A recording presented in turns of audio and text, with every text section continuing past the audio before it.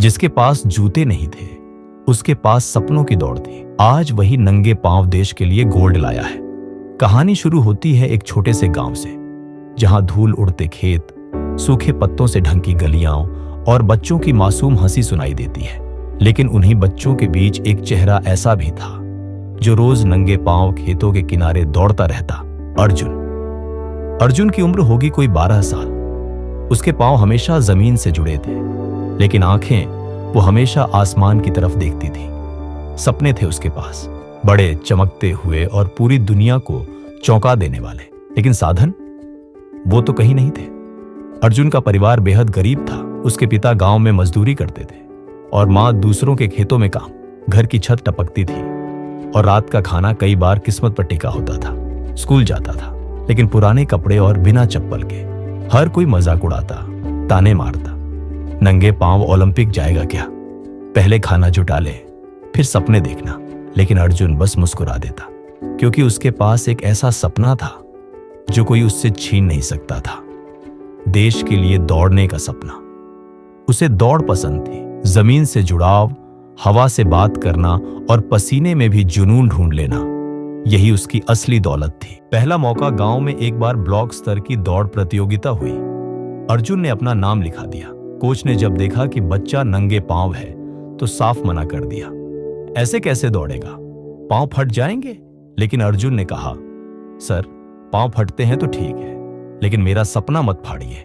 Coach चुप हो गया और अर्जुन को दौड़ने दिया। स्टार्टिंग व्हिसल बजी और अर्जुन दौड़ पड़ा।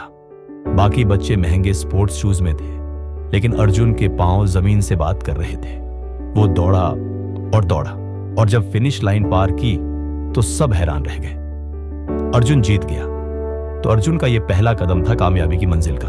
फिर दूसरी चुनौती, वो जीत अर्जुन के लिए उम्मीद की पहली किरण थी। लेकिन असली संघर्ष अब शुरू हुआ।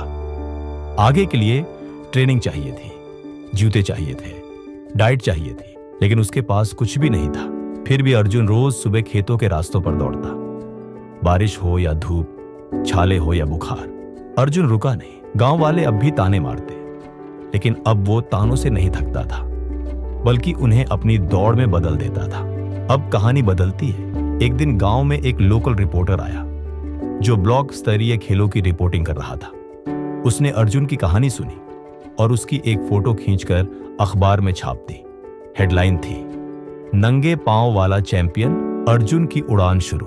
उस अखबार की एक प्रति शहर के एक रिटायर्ड ओलंपिक एथलीट के हाथ लगी, कोच प्रकाश। उन्होंने तुरंत गांव जाकर अर्जुन से मुलाकात की और उसे अपने साथ शहर ले गए।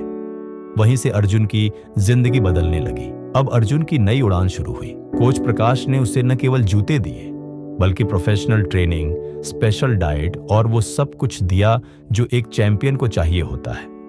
लेकिन अर्जुन ने एक शर्त रखी, सर, पहला रेस मैं नंगे पांव ही दौड़ूंगा, ताकि मैं खुद को याद दिला सकूं कि मैं कहां से आया हूं। राष्ट्रीय स्तर पर धमाका 3 साल की मेहनत, बिना छुट्टी, बिना किसी शॉर्टकट के बाद अर्जुन ने नेशनल एथलेटिक्स चैंपियनशिप में हिस्सा लिया।